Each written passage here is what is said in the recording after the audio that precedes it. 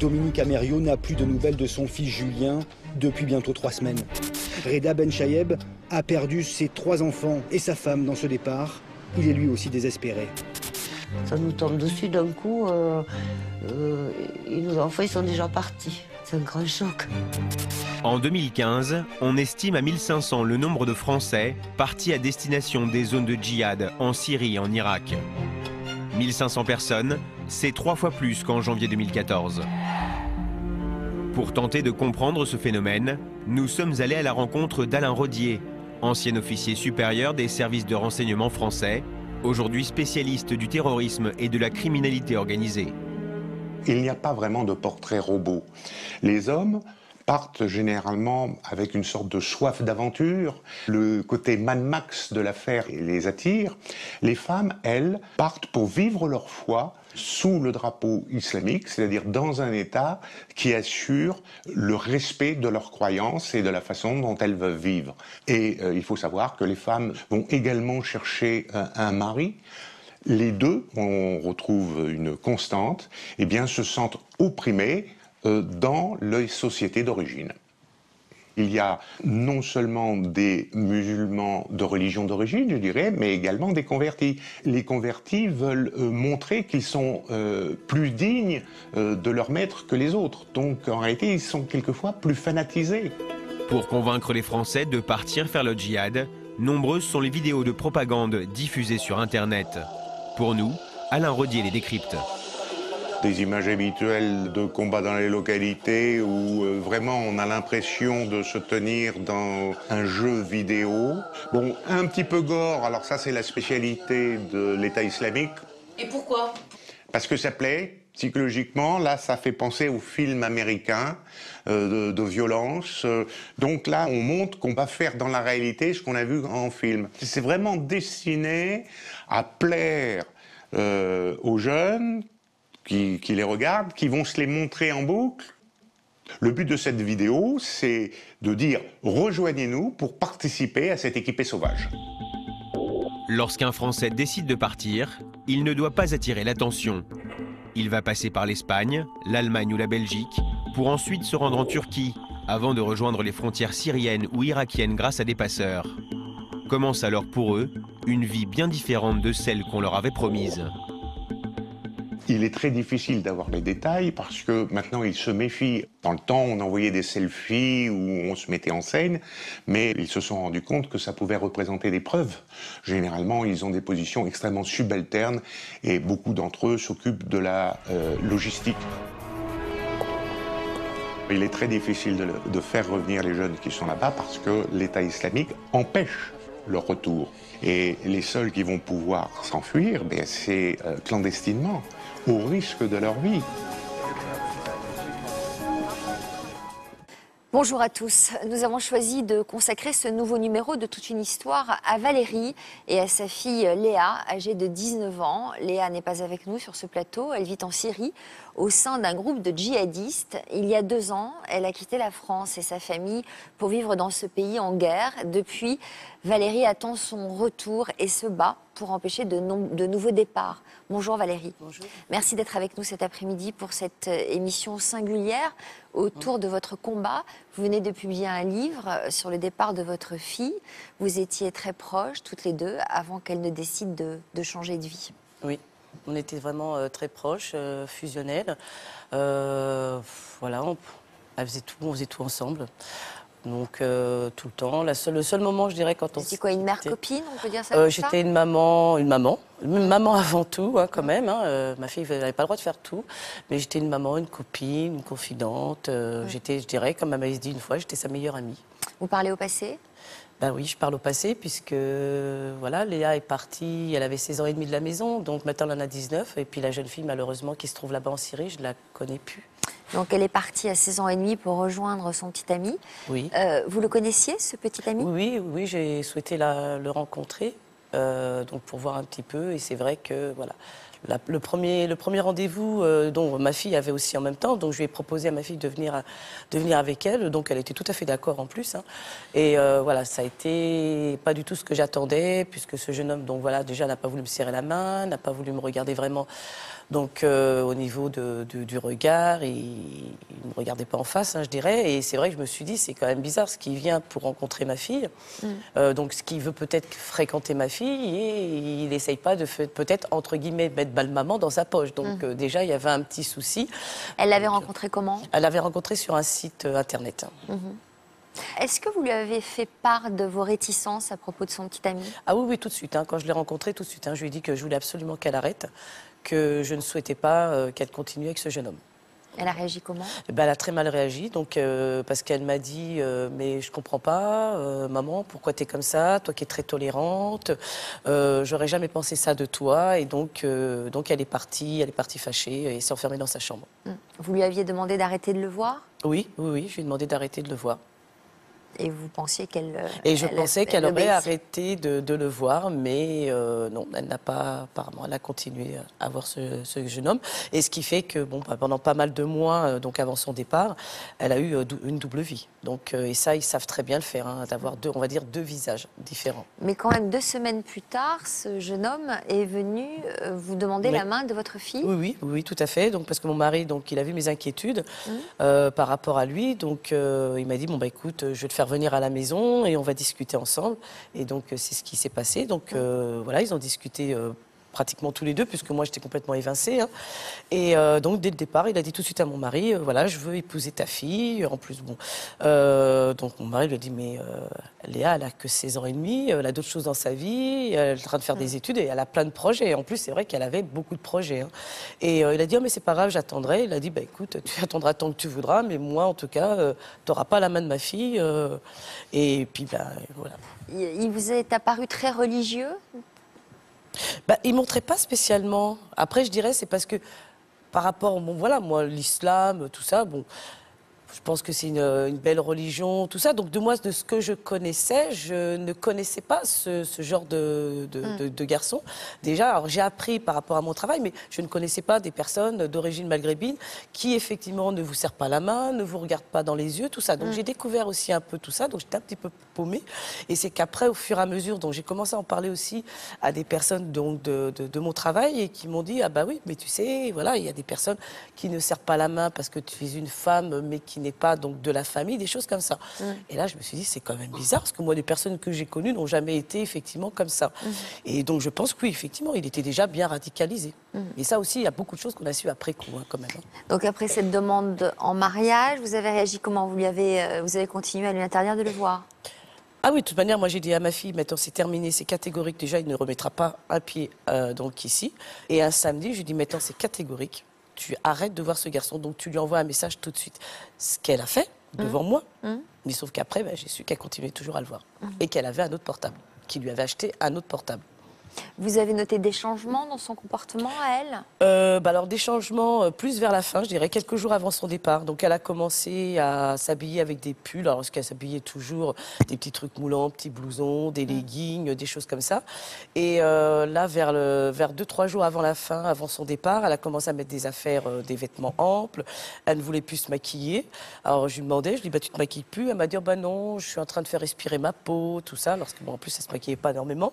Et je lui dis, mais tu te rends compte, t'es blanche et tout. Elle me dit, oui, mais je suis très bien. Et là, je me suis dit, tiens, c'est bizarre, mais je dis, elle a 16 ans et demi. Bon, voilà, c'est une adolescente. Et vous n'avez pas fait le lien avec le petit copain? Non, parce qu'en 2013, le problème, c'est qu'on n'en parlait pas. On n'en parlait pas du tout en 2013. Hein. Non, on n'avait aucune information. Alors, il y a quelques petites informations par rapport en Syrie, mais par rapport à nos enfants, tout ça, les départs, on n'avait absolument rien. Alors, avec nous aujourd'hui, Dounia Bouzard. Bonjour, merci d'être là. Vous êtes anthropologue. Après avoir été éducatrice à la protection judiciaire de la jeunesse pendant 17 ans, vous êtes aujourd'hui à la tête du Centre de prévention contre les dérives sectaires liées à l'islam. L'histoire de Léa, c'est l'histoire typique de l'embrigadement.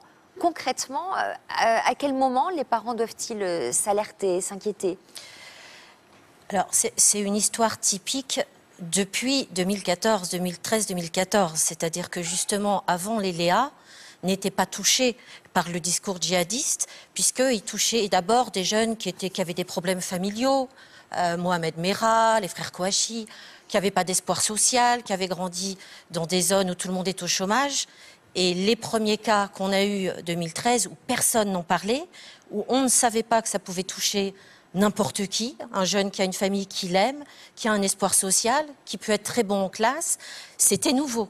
Donc c'est vrai que c'est avec ces premiers parents qu'on a essayé de comprendre comment ils faisaient, parce que c'est tout un processus d'embrigadement qui mène les jeunes à détester leurs parents, à ne pas leur faire confiance, parce qu'on leur dit que eux voient des choses que les parents ne voient pas, parce que les parents sont endormis par des sociétés secrètes, que les professeurs aussi sont payés pour les endormir, les empêcher de faire la révolution, qu'il faut se méfier de tous les adultes. Et donc finalement, effectivement, Valérie vient de le dire, les enfants ont une espèce de dédoublement de personnalité, parce que par moments, ils redeviennent eux-mêmes, et par moments, c'est le groupe qui pense à leur place. Et effectivement, on a essayé de travailler maintenant, un an est passé depuis ces premières horreurs, et on essaye de travailler sur ce qu'on appelle les indicateurs, d'abord qui permettent de faire la différence entre l'islam et le radicalisme, et qui permet surtout maintenant aux parents à réagir vite. Bon.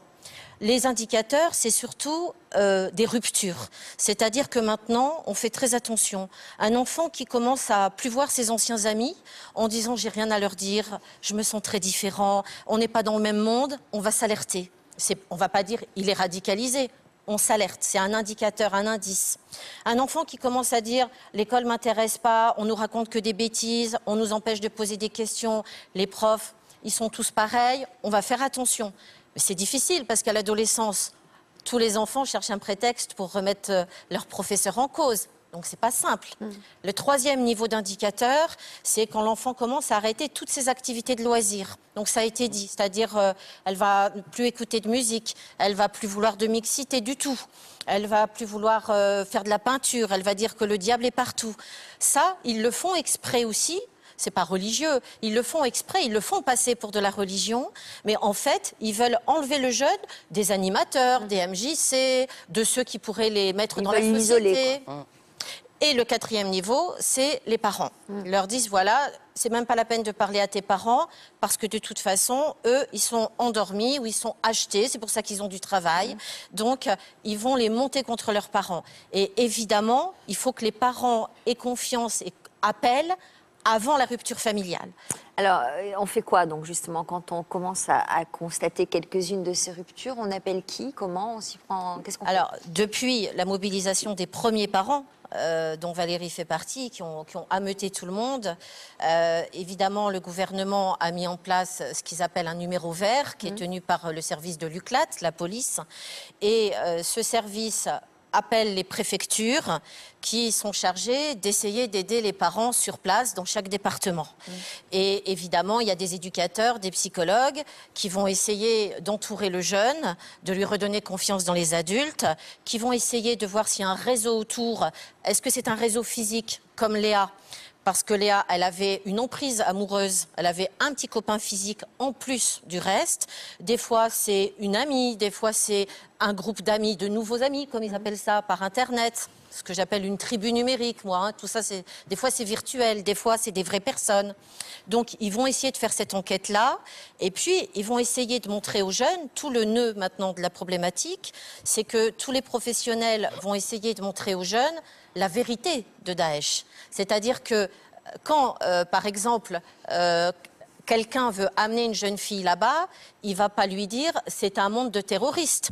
Il lui dit « là-bas, on va être en paix, là-bas, on va sauver des enfants gazés par Bachar el-Assad, là-bas, on est tous fraternels, il n'y a pas de riches, il n'y a pas de pauvres, là-bas, tu verras, il y a... » Bon. Et donc, tout le boulot maintenant, c'est d'essayer de, avant qu'il soit trop tard, de dire aux jeunes, il n'y a pas d'humanitaire à Daesh. Il n'y a personne qui sauve les enfants gazés par Bachar el-Assad. Il n'y a personne qui est fraternel. C'est au contraire le calife qui veut tuer le calife. Voilà, on essaye de montrer la vérité. Alors, ça a duré combien de temps, tous ces mois de séduction de la part de ce petit ami et Je dirais que... c'est allé assez vite. Ah oui, ça a été très vite quand même, puisque il a commencé, elle m'en a parlé vers octobre 2012. Donc après, elle l'a rencontré. Donc, oui, puis en plus, le pire, c'est que je pense que ma fille, voilà, naturellement, elle me l'a dit, qu'elle avait connu quelqu'un, tout ça. Et décembre 2012, et donc elle est partie en juin 2013. Alors, qu'est-ce qui s'est passé ce fameux 5 juin 2013? Eh bien, ce fameux 5 juin 2013, donc voilà, elle devait sortir sur Paris le mercredi après-midi pour retrouver des amis. Hein. Et bon, comme elle le faisait très souvent, sauf que là, bon, bien évidemment, à chaque fois, elle est toujours en train de me dire ah ben je rentre plus tard, j'ai eu des problèmes de RER, donc j'avais dit écoute, je te préviens Léa, cette fois-ci c'était à 18h30, parce qu'elle ne devait pas aller au-delà de 18h30, t'es pas rentrée, c'est fini, tu ne sors plus. Elle m'a dit non, mais t'inquiète pas maman, je serai là à l'heure. Ben, elle n'est jamais rentrée. Elle n'est jamais revenue. Donc ça fait que moi, elle m'envoyait un message, parce on était connectés par message pour me dire voilà, qu'elle était bien arrivée sur Paris. Même elle m'a passé un petit coup de fil, ou quand elle allait repartir, pour que je vienne la récupérer au RER, ou me dire bon, je vais rentrer à pied. Et là, ce fameux mercredi 5 juin, elle m'envoie un message en me disant maman, c'est bon, je suis sur Paris, bisous, je t'aime. Et je ne sais pas pourquoi ce je t'aime, il m'a fait bizarre. Je me suis sentie très très mal. Et donc j'ai trouvé ce je t'aime vraiment bizarre et vraiment un message très, vraiment très rapide. Donc du coup je suis rentrée à la maison. De là ma belle-mère, elle me dit oh là là, Ouais, vous étiez inquiète quand même. Ah oui, j'étais très inquiète. Ouais, le message m'a vraiment beaucoup inquiétée. Et je ne peux pas l'expliquer. Je ne sais pas. C'était à l'intérieur de moi. J'ai dit, il y a un truc qui ne va pas, il y a quelque chose qui se passe. Vous avez dû faire le lien avec le petit copain quand même, non? Non, pas du tout. Ah non, mais il y avait quelque chose dans ce message. Je ne sais pas, quelque chose qui me dérangeait. Et quand je suis rentrée à la maison, ma belle-mère ne m'a pas rassurée du tout, parce qu'elle-même aussi était très inquiète, parce qu'elle l'a vu partir avec une besace, mais avec des affaires. Et surtout que le 5 juin, il faisait 30 degrés, 2013, je ne pourrais pas l'oublier ce jour. Et elle avait une grosse écharpe autour du cou, tout ça. Alors moi, pour rassurer ma belle-mère, je dis, oh, mais vous savez, il y a des courants d'air dans les RER, voilà. Et du coup, à ce moment-là, j'ai commencé à appeler ma fille, et j'ai jamais eu de réponse. Et quand j'ai commencé à l'appeler jusqu'à 6h du soir, parce qu'elle devait revenir entre 18h et 18h30, et que je l'avais toujours pas à 18h, j'ai dit, non, mais il y a un truc qui va pas, là. 18h30, donc mon mari me dit, bah, qu'est-ce qui se passe? Je dis, bah, écoute, je pense que Léa va pas rentrer. Il me dit, bah, pourquoi? Je dis, bah, je sais pas, on a dû nous enlever notre fille. Parce que moi, pour moi, on avait enlevé ma fille. Voilà, au départ, c'était ça. Donc on est parti partout la chercher. Alors... Jamais vous n'auriez pu imaginer qu'elle ne parte d'elle-même? Ah, jamais. Ah ben non, ce qu'elle me le disait, des fois on regardait des émissions justement sur des jeunes filles de son âge qui fuguent.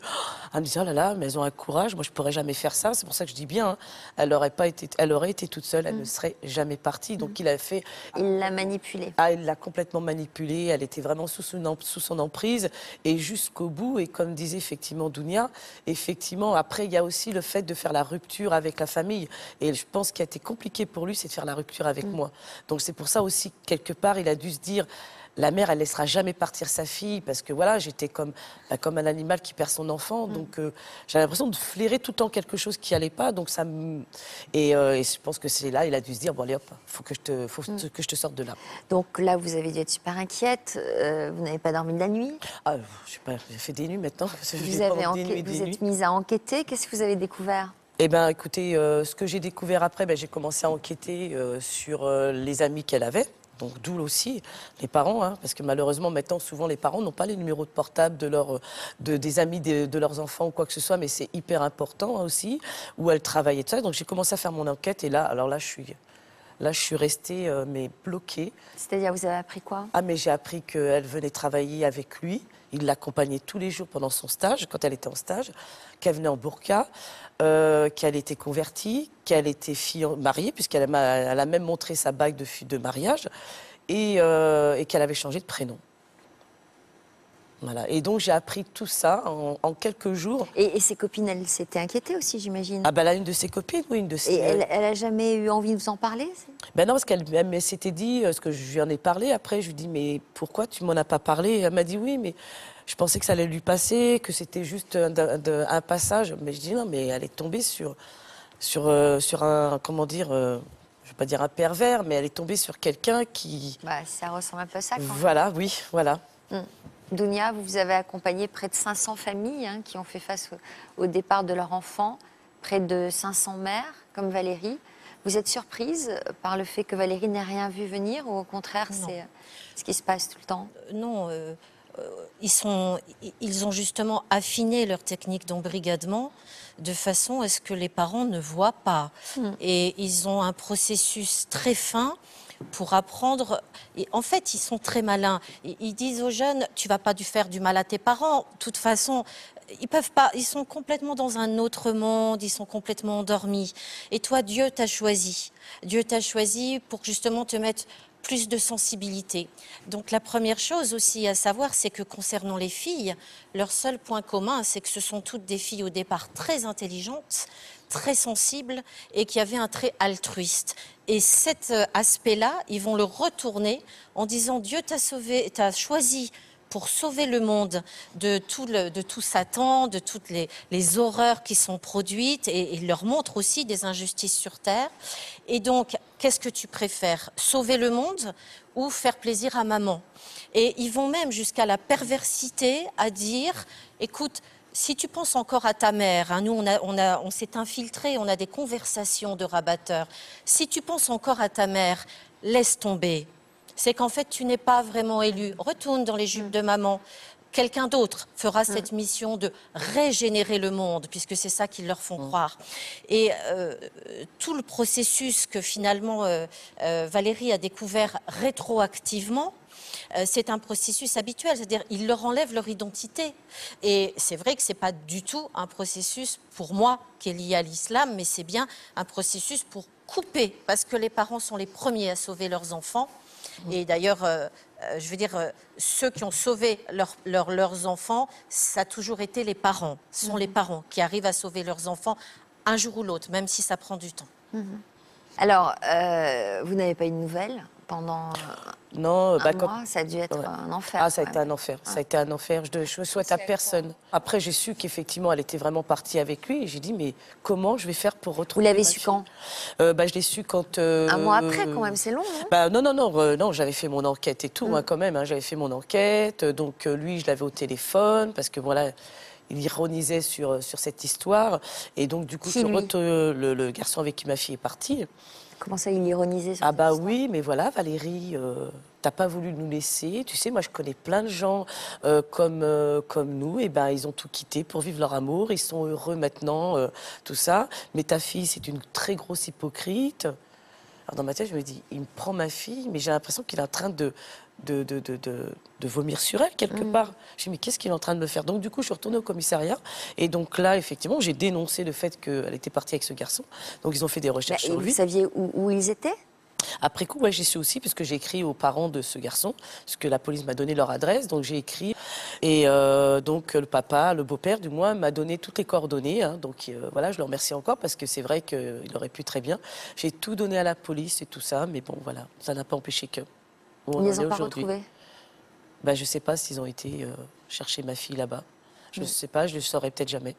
Mais pourtant, un mois après la fugue, la police vous a appelé parce que Léa était au commissariat. Tout à fait. Donc oui, par un banal contrôle d'identité. Donc ils nous ont appelés. Donc nous, on est arrivés. On pensait que c'était suite à sa disparition inquiétante, hein, qu'ils nous l'avaient retrouvée. Et de là, ils nous disent au commissariat, pardon, non, on l'a contrôlée. Et du coup, on s'est aperçu qu'effectivement, qu'elle était recherchée. Donc on vient la chercher et du coup, on la retrouve en burqa grise, triste, mais d'une tristesse. Mais je revois, elle me voit, elle baisse les yeux. J'ai cru faire un malaise en plus parce que du coup, lui, il était avec elle, il me harcelait au téléphone. Mais elle était triste de quoi? De devoir revenir chez vous? De ne plus voir son copain? Oui, je pense de le quitter. Mais je suis même pas sûre que c'était parce que dans sa tête... Parce que là, vous l'avez ramenée de force chez vous? Ah, je ne l'ai pas ramenée de force. Elle avait 16 ans et demi. C'était normal qu'elle revienne à la maison. Elle était mineure. Donc oui, on n'a pas fait de demande d'émancipation pour notre fille. Hein. Donc non, moi, je ramenais ma fille. Et moi, pour moi, dans ma tête, je me suis dit, elle va revoir toute sa famille, ses frères, ses tantes, parce qu'il y a toute la famille, du coup, qui est venue ce jour-là pour justement... qu'elle allait peut-être avoir un déclic en se disant mais qu'est-ce que j'ai fait peut-être voilà, je me suis dit, le fait de voir tous ces mondes, ce monde, ses amis, sa famille, ses frères, ses sœurs, son père et tout, et ben même pas. Elle a été triste? Elle était, elle m'a pas montré qu'elle était triste, elle me montrait juste que, voilà, elle était partie pour les lois d'Allah, non pas pour lui, pas pour les lois humaines. Hein. Voilà, parce qu'il faut bien faire la différence. C'est pas pour les lois humaines qu'ils partent, ils partent pour les lois d'Allah, du moins d'un Dieu. Donc ils sont sous la coupe de ces lois-là. Et donc la seule chose qu'elle me faisait, elle avait tout le temps les mains en l'air. Elle me disait, oh maman, le vent c'est Allah, si t'as soif c'est Allah. Moi je comprenais plus rien. D'un coup, on était donc au pavillon.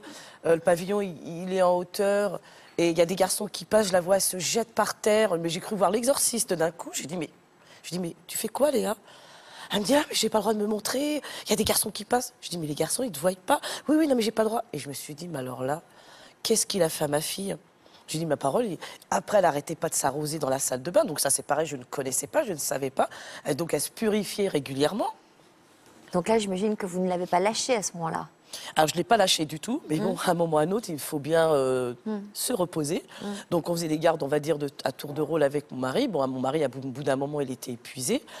Donc, moi, j'ai dormi dans le canapé, dans le salon. C'est-à-dire que vous la surveilliez jour et nuit? Ah oui, du moins, ça n'a pas été court, ça n'a pas été long, vous savez, ça a été juste une nuit, elle est repartie tout de suite. Donc, ah bon, elle est repartie tout de suite? Elle est repartie tout de suite. Donc, du coup, moi, j'ai surveillé un peu, puis je me suis quand même endormie. Et puis, le matin, à 8h, je me suis levée et ça m'a fait comme une genre d'angoisse et tout. J'ai dit, ça y est, elle a dû repartir. Et j'étais effectivement dans la cuisine. Là, pour le coup, elle nous avait laissé un mot. La première fois, elle ne l'avait pas fait. Mais elle nous avait laissé un mot en nous disant qu'elle devait vivre sa religion, qu'elle ne pouvait pas le faire chez nous, que c'était impossible, qu'elle était vraiment désolée, qu'elle nous aimait très, très fort, mais il fallait qu'elle reparte. Et donc, elle est repartie. Donc et là, après, j'ai plus jamais revu ma fille. Là. Ça a été terminé. Ça a été vraiment la dernière fois que j'ai vu ma fille. Donc ça, c'était quand? Le 10 ou 11 juillet 2013. Et le 12 novembre 2013, vous avez enfin reçu un mail de Léa. Qu'est-ce qu'elle vous disait dans ce mail? Elle me dit, maman, je vous dois la vérité. Je ne peux pas vous mentir. Je suis partie dans un pays en guerre. Et là, j'ai dit un pays en guerre. Elle est quand même pas partie en Syrie. Donc vous avez fait le lien tout de suite. Tout de suite. Et voilà, pareil. Après, je dis, on a des sensations, nous, les parents. Et donc, je lui dis, mais t'es parti faire quoi là-bas? T'es parti servir de bombe vivante? J'ai dit, où t'es enceinte? Tu veux pas nous dire? Tu veux nous faire croire que t'es parti en Syrie pour plus qu'on t'embête en France et tout? Et elle m'a dit, non. Elle m'a dit, je suis vraiment partie en Syrie. Je suis en Syrie et je ne reviendrai plus jamais. Elle avait son passeport. Donc, elle est passée avec son passeport, avec son nom. Comment expliquer, Dounia, qu'à 16 ans, Léa ait pu passer entre les mailles du filet et partir quand même à 3000 km de ses parents? Parce qu'à l'époque, le gouvernement n'avait pas repéré le phénomène et avait arrêté d'obliger d'avoir une carte d'identité pour quitter la France dans les espaces moi, elle était européens. Recherchée, Dounia. Oui, en plus. Voilà. Aujourd'hui, la différence avec certains. En plus, c'est vrai. Nous, elle était recherchée pour disparition inquiétante, quand même. Oui, donc, oui, elle n'aurait jamais dû passer, effectivement, les gardes frontières pour aller, effectivement, en Turquie. Moi, je pense qu'on peut aussi ne pas avoir de langue de bois. Je pense que pendant longtemps, la politique, ça a été laissons-les partir. Voilà. C'est plutôt ça, oui, je dirais. Oui. Non, mais ça, c'est clair. Laissons-les partir, ça fera des suspects terroristes en moins en France et que pendant longtemps, on a fermé les yeux. Et puis, petit à petit, les premiers retours de jeunes qui étaient partis, soi-disant, qui pensaient faire de l'humanitaire, qui pensaient faire plein de rêves et qui ont tenu des têtes coupées en arrivant, parce que c'est le rite initiatique pour qu'ils aient les mains sales dès le départ. Les juges antiterroristes ont fait un petit calcul, ils ont vu l'état des jeunes, ils ont vu le dégât psychique. Le jeune, il a 22 ans, il fait 10 ans de prison, il ne sera pas soigné en prison, il ne va pas parler de tout ce qu'il a fait, il va sortir, il aura 32 ans. Et là, tout d'un coup, il y a eu une prise de conscience. On a au moins 2000 jeunes qui sont sur zone, 2000 jeunes qui reviennent sans plus rien d'humain ou traumatisés. C'est pas simple à gérer. Donc les juges ont alerté l'effet dévastateur que ça avait et que ça allait être très compliqué à récupérer pour les resocialiser. Et du coup, maintenant, c'est vrai que ça a quand même beaucoup évolué. Oui. Depuis septembre-là, je sais qu'entre nous, puisque nous, on est missionnés pour aider les gens à désembrigader sur les préfectures, et les policiers, on peut dire qu'on a sauvé au moins 100 mineurs, et il y en a qui partent 2 fois, 3 fois, 4 fois, 5 fois de suite. Valérie, dans vos échanges par mail avec Léa, donc vous échangez tous les combien à peu près, tous les deux? Là, bon, sinon d'habitude, voilà, quand j'ai réussi quand même au bout d'un certain temps, parce que pas tout de suite quand elle est arrivée, hein, quand elle est arrivée en Syrie, c'était dès que j'envoyais un message, elle me balançait des choses par rapport à la religion, même par rapport à moi. J'étais une mécréante, une koufar, que voilà, qu'elle espère qu'on viendra me briser le dos. Mais vraiment ah oui, mais vraiment très violente. Très violente. Ah mais vraiment très violente. Donc là, du coup, je me suis dit, là, ils l'ont vraiment prise en main. Et là, il faut maintenant faire le travail au maximum pour que cette relation avec moi, avec nous, soit complètement, voilà, qu'elle se détache de nous. Et donc ça a été hyper violent pour moi en plus parce que je C'est-à-dire, vous avez choisi de faire quel travail? Moi, de vous mettre à distance ou au contraire de maintenir un lien? De maintenir. J'ai dit, il faut que tu maintiennes le lien Quelle avec que ta soit la fille, teneur de que ces soit, messages. voilà. Parce que pour moi, c'est pas ma fille. C'est pas ma fille qui parle. Je dis, c'est pas elle. Donc je dois continuer à avoir un lien avec elle. J'ai dit, parce que c'est pas possible. C'est important, ça, vous confirmez? C'est fondamental. Ouais. On en a fait, c'est ce qu'on apprend maintenant grâce à cette expérience aux autres parents. C'est-à-dire que le parent se dit, bon, peut-être c'est un caprice, je vais reprendre le truc. Au contraire, il faut faire ce que Valérie a initié à l'époque. Il faut refaire le lien, surtout ne pas rappeler les souvenirs pour leur remettre dans sa filiation et qu'elle se rappelle des sentiments qu'elle avait quand elle considérait cette femme comme sa mère, puisque pour elle, c'est une étrangère. C'est-à-dire que vous avez dû attendre le bon moment, quoi, pour arriver à... Ah non, j'attendais pas le bon moment. Moi, j'envoyais tout le temps. Elle ne me répondait pas tout de suite. Des fois, elle me répondait 10 jours, 15 jours après. Mais j'envoyais tout le temps. Quoi, des messages d'amour? Ah, des messages d'amour. Voilà, bon, après, j'ai eu l'erreur de lui envoyer un joyeux Noël. Alors là, là, je crois que je me rappellerai du joyeux Noël de 2013, hein, quand même. Et là, alors là, ça a été... elle m'a dit, tu gardes ton joyeux Noël. Moi, je suis dans un pays où il y a des bombes pendant que toi, tu es en train de faire la fête avec la famille. Ah ben écoute, je suis désolée, mais je t'ai pas demandé non plus de partir. Hein. Voilà, peut-être, voilà, au bout d'un moment, parce que si vous voulez, j'ai quand même toujours gardé avec ma fille, voilà, la façon que je parle avec elle, le côté fusionnel aussi, et que je suis quelqu'un de très direct. Et j'ai toujours été très direct avec mes enfants, donc quand il y a quelque chose qui ne me convenait pas, je leur disais franchement. Mais est-ce que vous avez senti quand même, quand justement vous arriviez à lui faire part de vos réactions spontanées comme ça, comme vous aviez toujours le cas, est-ce que vous l'avez senti par moments défaillir, être sensible à vos remarques? Est-ce que de temps en temps vous avez retrouvé la Léa que vous connaissez? J'ai retrouvé de temps dans les en temps, messages? oui, tout à fait. Des fois, j'ai retrouvé la Léa que je connaissais, puisque moi, elle m'appelait Moumounch. Et donc là, un jour... donc là, j'imagine que quand vous sentiez ça, vous en profitiez? Je rentrais. Je rentrais en plein dedans. Mais je me dis, elle est tellement loin. Elle est tellement loin. Donc ça arrive à un moment qu'il faut garder, en plus pour nous, en tant que parents, pour garder le lien avec ses enfants, mais même pour nous. Parce que moi, je me suis vue quand même avec le temps passé, je ne savais plus quoi dire à ma fille. Je ne pouvais plus parler de cinéma, je ne pouvais plus parler de fringues, je ne pouvais plus parler de toutes ces choses-là avec elle, même des choses par rapport à ses cours, parce qu'ils nous ont tout enlevé. Il ne faut pas oublier qu'ils nous ont vraiment tout enlevé. Moi, le jour où j'ai perdu ma fille, moi, je ne saurais jamais si ma fille elle aura son bac, le travail qu'elle aurait pu faire, le fait de l'embrasser, de la serrer dans mes bras, même les disputes nous manquent. Je me dis, on en est arrivé au point que même les disputes avec ma fille me manquent. Mais les disputes, c'est la vie. Et c'est la vie. Et ne plus, après, de se dire qu'on a perdu la vie. C'est-à-dire que vous avez l'impression de devoir faire le deuil de votre fille. Voilà, c'est comme si je faisais le deuil de mon enfant qui est toujours vivant. Et que, je sais, on n'arrive pas pour justement éviter aussi cette souffrance. Parce que cette souffrance, elle est là. Moi, ça fait 2 ans que je vis dans cette souffrance, excusez-moi. Et il y a des moments d'émotion parce que... Je vous dis, l'amour, la souffrance qu'on a à l'intérieur, je crois que personne ne peut comprendre, que mieux comprendre les parents qui vivent la même chose que moi. C'est-à-dire que déjà perdre un enfant, c'est juste voilà.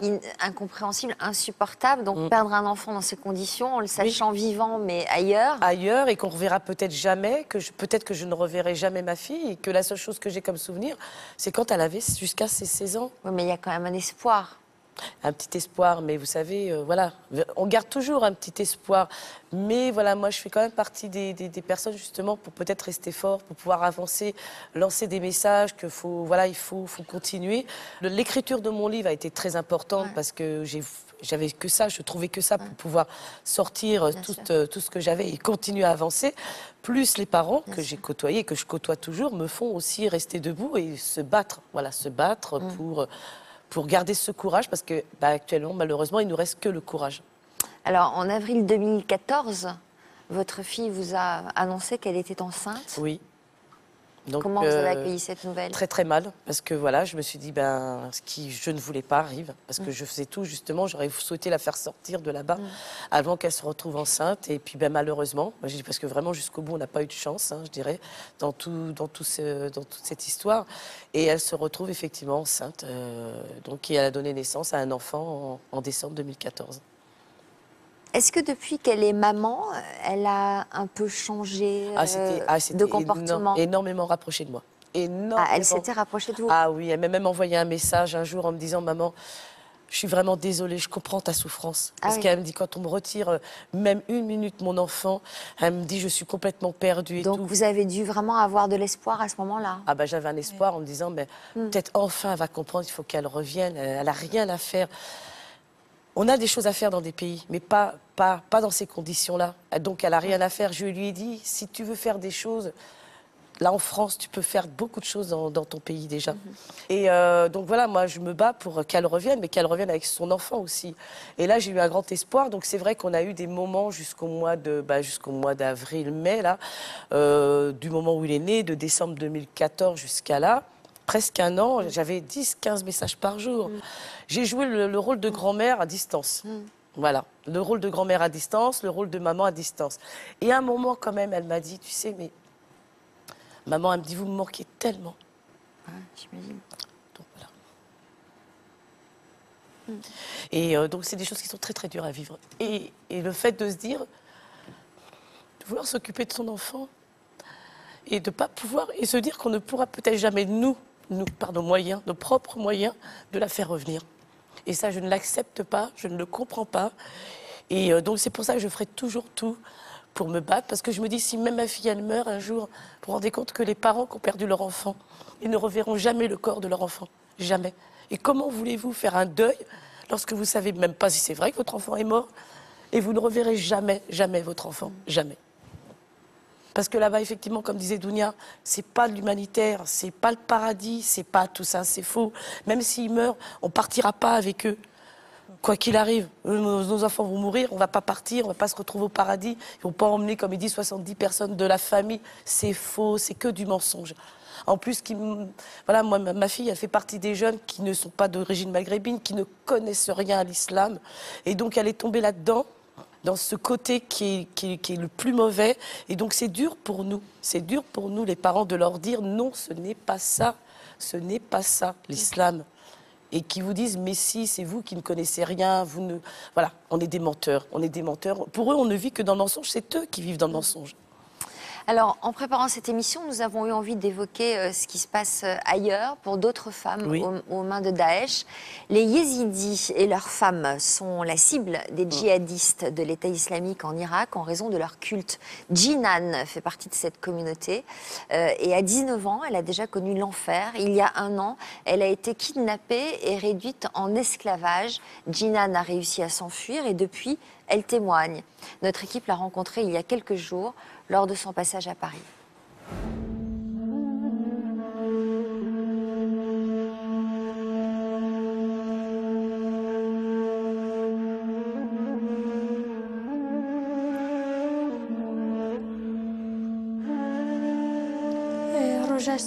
Le 3 août 2014, Daesh a attaqué notre région. Nous avons fui notre village avec ma belle famille et nous nous sommes réfugiés dans les montagnes. Nous y avons passé la nuit. Le lendemain, mon beau-père a reçu un coup de fil nous indiquant qu'une route avait été ouverte et sécurisée pour rejoindre la frontière syrienne. Quand nous sommes arrivés, il y avait déjà 50 voitures de familles yazidis. Peu après, 4 voitures armées de Daesh nous ont attaqués. Ils ont arrêté toutes les voitures. Après, nous avons été déplacés. À ce moment-là, les hommes et les femmes ont été séparés. Aujourd'hui encore, nous ne savons pas ce que sont devenus les hommes. Après la séparation des hommes et des femmes, les femmes et les enfants ont été transportés dans une prison près de Mossoul. Nous y avons passé 1 semaine. Dans la prison, les femmes plus âgées ont été séparées des jeunes filles. Les jolies sont gardées pour être vendues. Les enfants sont eux envoyés dans des camps militaires. C'était vraiment horrible ce qui se passait.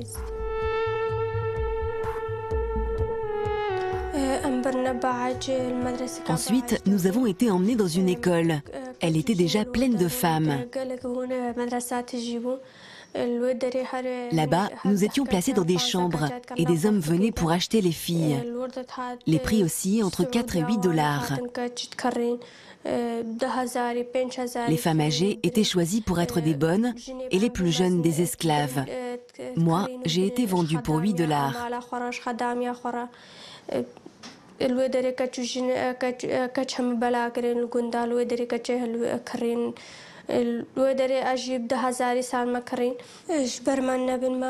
Tous les jours, des hommes venaient, mais on essayait de cacher nos visages.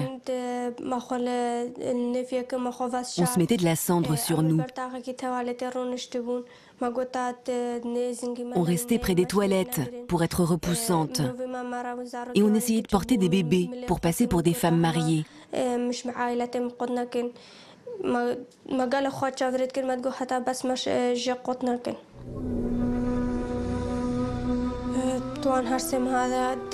Nous avons été torturés parce qu'on refusait de se convertir à l'islam.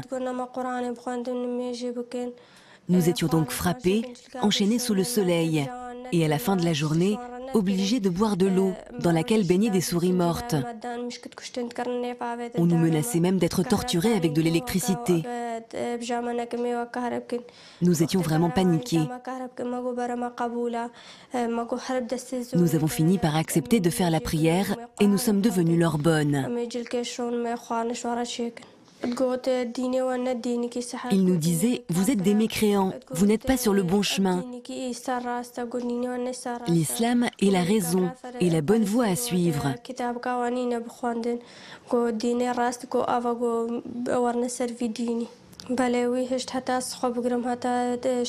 Heureusement, j'avais une photo de mon mari, ce qui m'a beaucoup aidé à tenir tout au long de ce calvaire.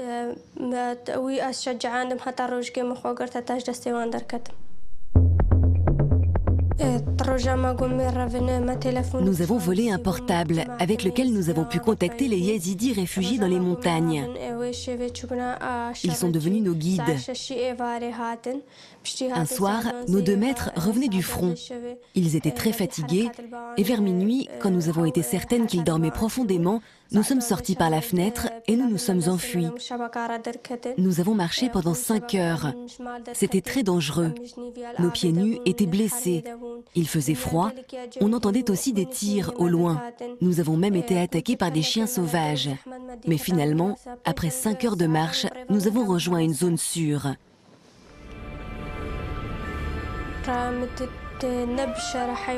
L'État islamique fait ça parce que ce ne sont pas des êtres humains.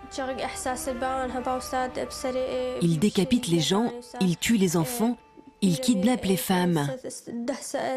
Ce sont des monstres.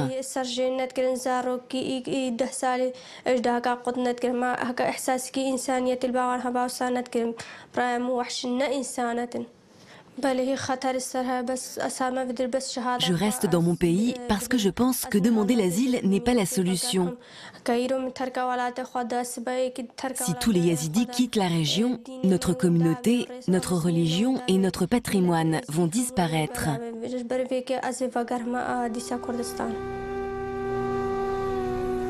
Témoignage effroyable. Dounia? C'est pire qu'une guerre, Daesh. Ils font pas que tuer les gens. Ils considèrent que tous ceux qui ne pensent pas comme eux sont des simples choses. Un peu à l'image des nazis.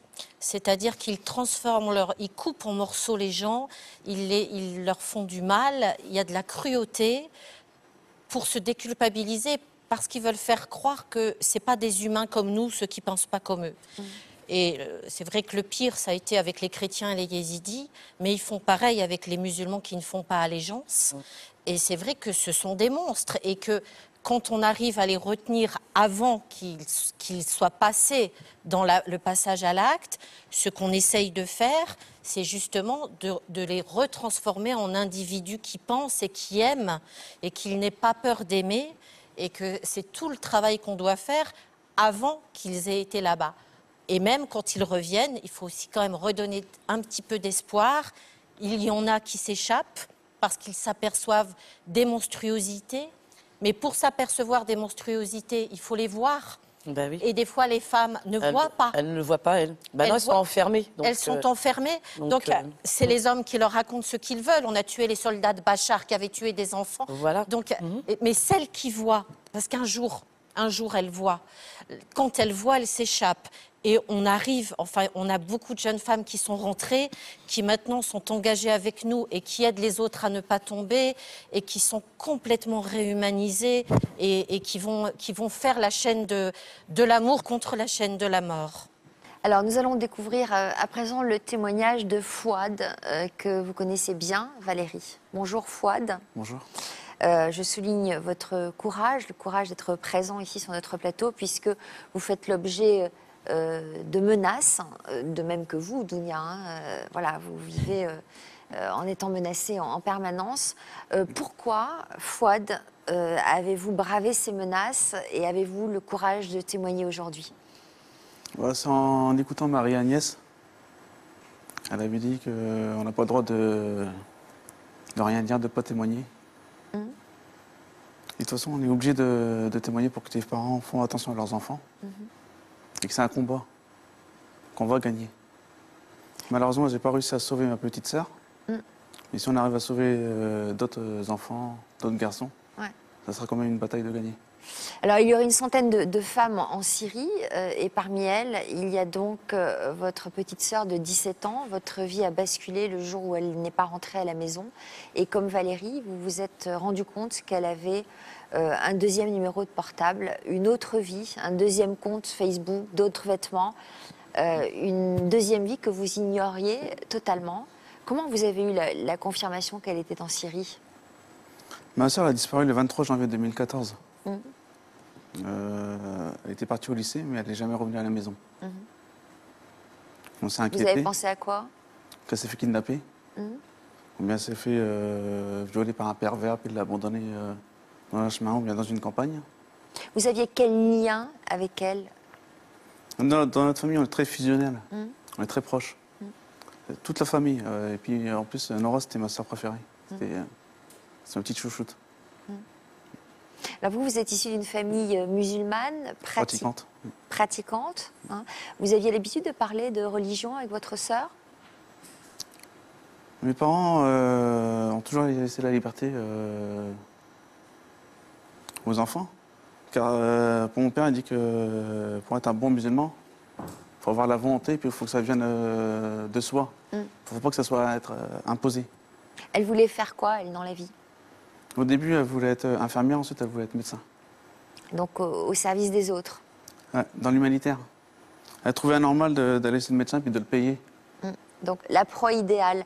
Est-ce que vous aviez des raisons de penser qu'elle s'intéressait à la religion, Non, au djihad? comme je dis, elle avait une double vie. Elle avait une double personnalité, un double style vestimentaire, elle avait 2 numéros de téléphone, 2 comptes Facebook. Elle avait tout en double.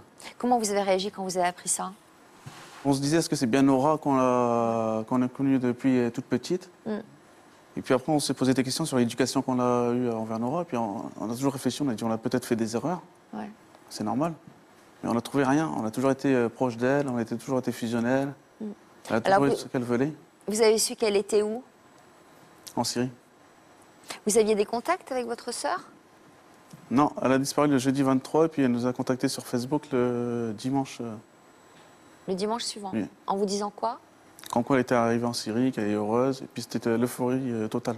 Elle était contente et puis on entendait derrière oh c'est super, on a bien mangé, on était mangé une cuisse de poulet avec des frites. Et c'était irréel tout ça. Je sais pas, on dirait qu'à la télé on voit que c'est la guerre, que ça s'entretue, il y a des enfants morts, mutilés. Et elle nous parle de cuisse de poulet et de frites. Donc vous n'y avez pas cru? Non, à ce qu'elle vous racontait? Ouais. Donc vous avez décidé de vous rendre sur place après avoir enquêté pendant quelques mois dans le but de la retrouver. Comment se sont passées les retrouvailles? Très émouvant. Au début, avant de voir ma sœur, il y a l'émir, celui qui est décédé il n'y a pas longtemps, plus son bras droit, ils m'ont emmené dans un appartement. Ensuite, l'émir et son bras droit, ils sont rentrés à l'intérieur. Ils ont dit, ouais, tu ne peux pas rentrer maintenant, il faut que les femmes se couvrent. Donc après, j'ai entendu l'émir parler avec ma sœur pendant environ 5 minutes. Ensuite, ils m'ont fait entrer. Ils m'ont emmené dans une pièce, dans la chambre où elle dormait. Et là, je la vois assise sur un petit matelas. Elle se lève, elle me saute dessus. Et là, franchement, on a pleuré pendant, sans exagérer, pendant environ 10 minutes. Il n'y avait pas de mots qui sortaient. De toute façon, tout ce qu'on ressentait, c'était plus fort que les mots. Elle ne voulait pas du tout lâcher. Elle vous a dit quoi, votre sœur, après les 10 minutes de larmes On s'est assis tous les deux. Puis elle prenait ma main, elle ne voulait plus me lâcher. Elle vous disait quoi? Comme quoi elle m'aimait, qu'elle regrette ce qu'elle a fait. Elle disait qu'elle regrettait? Ouais. Elle vous disait qu'elle voulait repartir avec vous? vous? Non, pas cette fois-là. Donc elle était lucide quand même sur la vie qu'elle menait. Et... Oui, elle a dit qu'elle a fait... Avant de rentrer moi en Syrie, ma mère a parlé que ma sœur... Et ma mère me faisait écouter avec le fixe ce qu'elle disait ma sœur. Elle dit, ouais, de toute façon, dès que je reviens à la maison, j'abandonnerai plus jamais ma mère, je resterai toujours près d'elle. Ça m'a donné encore plus envie d'aller voir ma sœur. François, c'était des paroles que j'oublierai jamais. Et au moment que je disais, ouais, c'est bon, Nora, tu viens avec moi à la maison, elle tapait sa tête contre le mur, et elle disait, non, je peux pas. Et tu me dit, tu veux ou tu veux pas? Elle dit, non, je peux pas, et puis elle tapait tout le temps sa tête contre le mur. Et pourquoi elle pouvait pas? Comment elle a justifié son refus? En premier, je comprenais pas sa réaction et ce qu'elle me disait. Puis ensuite, elle me faisait toujours ça avec ses yeux. Je ne comprenais pas pourquoi elle faisait ça. Puis après, j'ai vu qu'il y avait une caméra qui était juste sur le meuble. Puis ça clignotait en rouge. Donc ça veut dire qu'elle était filmée et qu'elle allait subir des représailles. Ouais, à cause de ce qu'elle pouvait dire. Franchement, c'était horrible. Horrible. Aucun enfant ne mérite d'être là-bas. Donc en fait, vous êtes reparti sans votre sœur, j'imagine, dans un état de tristesse épouvantable. C'était pire. Comme si vous la trahissiez en repartant? Ouais, comme si je l'abandonnais. Le dernier contact remonte à quand? Il y a 15 jours, ma mère qui lui a parlé. Parce qu'elle ne peut pas trop me parler, car ça peut lui apporter beaucoup de soucis. À vous? Ouais. Mais elle peut parler à votre mère? À ma mère, mais sauf à moi. Et elle a dit quoi à votre mère il y a 15 jours? Comme quoi qu'elle va bien, c'est tout. Que par écrit. Ça fait presque 6 mois que mes parents n'ont pas entendu sa voix. Qu'est-ce que vous allez faire maintenant? Continuer le combat avec Dounia. Déjà, vous êtes là, ici, aujourd'hui. Et c'est, je le disais tout à l'heure, très courageux. Mais... Oui, et puis il faut que les parents aussi fassent attention. Parce que nous, ce qu'on a subi, tout le monde peut le subir. Il faut arrêter avec les discours. Oui, mon enfant, je le connais par cœur, il partira jamais. Il m'aime trop. Nous aussi, on a eu ce discours-là. On s'est fait trahir. Alors, vous faisiez allusion tout à l'heure à Marie-Agnès, une autre maman. Elle est avec nous aujourd'hui dans le public. Je vais vous demander de nous rejoindre, madame, si vous voulez bien.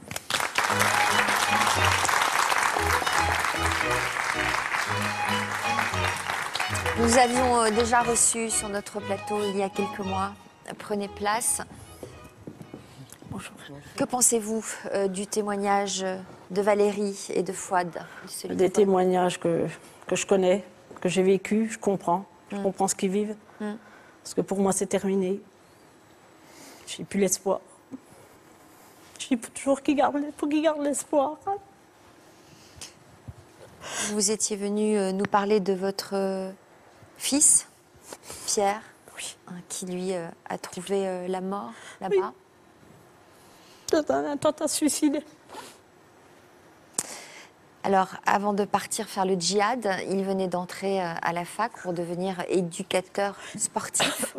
Que disait le message qu'il vous a laissé avant son départ? Papa, maman, je suis partie aider les Syriens et les Syriennes. Ne vous faites pas de soucis, vous inquiétez pas, je vous aime. Vous saviez qu'il était en contact avec des membres de cette organisation? Non, on est tombés des nues comme tous, comme tout le monde, comme la vie, comme tout le monde. Vous êtes tombés des nues quand vous avez lu ce message? Ah bah oui, parce que le dimanche soir, je l'ai quitté et il est parti le mardi matin. J'ai eu un message le lundi soir et le mardi matin, il partait. Donc, et puis j'étais comme Valérie, j'étais très fusionnelle avec mon fils. On n'a rien vu venir. Je pense pas qu'il a fait de parallèle. Bon, il était fort parce qu'il nous a rien montré. Il nous a aimés jusqu'au bout, il nous aimait toujours, et puis voilà quoi. Comment vous avez appris son décès? J'ai appris par Internet. J'ai regardé, comme on est, je pense, vous toutes. On regarde les informations en Irak, actualité, voir ce qui se passe. Et puis, je disais toujours, j'espère que je ne verrai pas le nom de mon fils. Et puis là, j'ai vu sa photo. Un attentat suicide, un Français s'est fait tuer, donc j'ai vu sa photo, j'ai tout de suite reconnu mon gamin. C'est comme ça que j'ai appris. Ça faisait combien de temps qu'il était parti? Ça faisait 16 mois qu'il était parti. Vous étiez en contact avec lui? Oui, on était par mail. Moi, j'étais par mail, oui.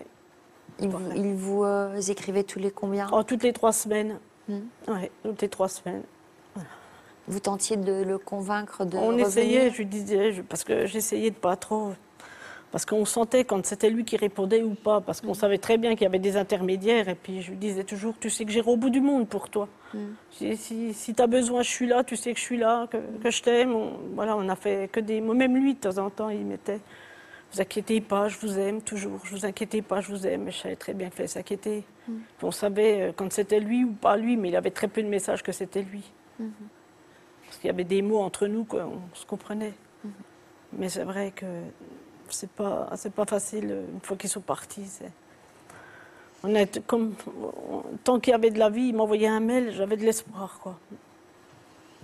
Alors, on a évoqué le deuil tout à l'heure avec Valérie. Vous aussi, vous avez eu du mal à aller au bout de ce processus. Oui, ben là, oui. Qu'est-ce qui vous en empêche aujourd'hui, alors que là, vous disiez, vous le ne corps, pouvez même plus vous raccrocher au moindre espoir? Comme tous les deuils, avoir un corps pour faire le deuil, un acte de décès qu'on n'aura peut-être jamais. Donc aujourd'hui, je me bats pour essayer d'avoir un acte de décès au moins, puisque le corps, je pense qu'on ne l'aura jamais. Ouais. Dounia, difficile de faire le deuil d'un enfant de manière générale, dans ces conditions encore plus. Pas de corps, pas d'acte de décès.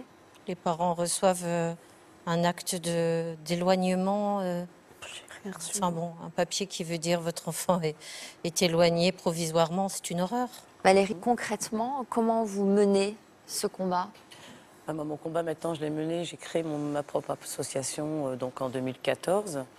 Le combat, c'est justement essayer d'alerter l'opinion publique que, comme disait tout à l'heure aussi Dounia, il y a une période, c'est peut-être de la petite délinquance. Maintenant, c'est plus de la délinquance qui part. Voilà, et c'est des enfants de tout niveau qui peuvent partir là-bas, se faire embrigader. Et donc, du coup, en travaillant, en alertant, en se réunissant aussi avec les parents, parce que quand je vois dans l'état qu'on est tous, parce que même si on est dans un combat, notre souffrance, elle est là et elle restera là. Donc ça nous fait tenir, effectivement. Mais voilà, cette souffrance, on n'arrive pas à la faire sortir et on a envie des fois de... Moi, il n'y a pas longtemps, j'ai envoyé un message à ma fille, juste pour vous dire, j'ai envie de lui dire, ça fait 2 ans, ça devient insupportable. Je lui dis, j'ai envie de hurler ma souffrance, qu'elle aille jusqu'en Syrie pour toi et que tu entendes et que tu comprennes l'amour que je porte, que c'est juste parce que tu es ma fille et que je t'aime. Voilà. Et ça, j'ai envie aussi que tous les parents et tous les enfants peut-être de Syrie se rendent compte qu'en partant, ils nous font beaucoup plus de mal que de bien. Il n'y a pas de bien. Dans tout ce qu'il y a là, il n'y a rien de bien. Donc c'est aussi pareil aux parents de rester debout. Quand vous avez une maman comme là qui a perdu son fils, on ne peut rien faire. Nous, personnellement, on ne pourra jamais rien faire. Son fils, elle l'a perdu. Mais une aide, on se retrouve ensemble, on parle, on discute, on passe des petits moments comme ça. On arrive même des fois à rigoler. Donc c'est vrai, quand on fait ça le dimanche, lundi, après ça redescend, on reprend notre vie. Mais au moins pendant 4 heures, on s'est retrouvé avec des gens qui nous ressemblent. Et on se comprend et surtout on n'est pas jugé en plus. Merci d'être venu nous voir aujourd'hui et d'avoir fait passer ces messages qui serviront, on l'espère, à ceux qui nous regardent.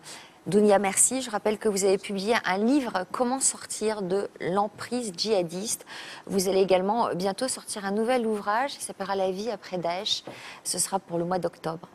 Merci à vous tous d'être venus témoigner sur notre plateau. Merci à vous pour votre fidélité.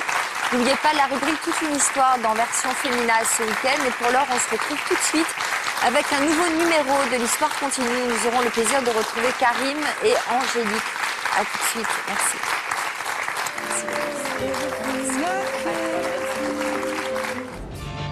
Dans ce nouvel épisode de l'Histoire continue, Karim et Angélique n'avaient pas témoigné dans la même émission, mais tous deux partageaient un passé difficile. La seule solution que j'ai trouvée pour exister dans le regard de mes parents, ça a été de commettre des délits. Avec mon petit ami, on faisait des cambriolages. On prenait ce qui avait de la valeur pour pouvoir revendre et avoir du cash rapidement. Vous découvrirez que cet ancien délinquant met désormais toute son énergie à sensibiliser les jeunes détenus en prison. Je sais ce que c'est que d'être enfermé. Je sais ce que c'est que de penser à tout ce qu'on a fait de pas bien et de pourquoi on est là.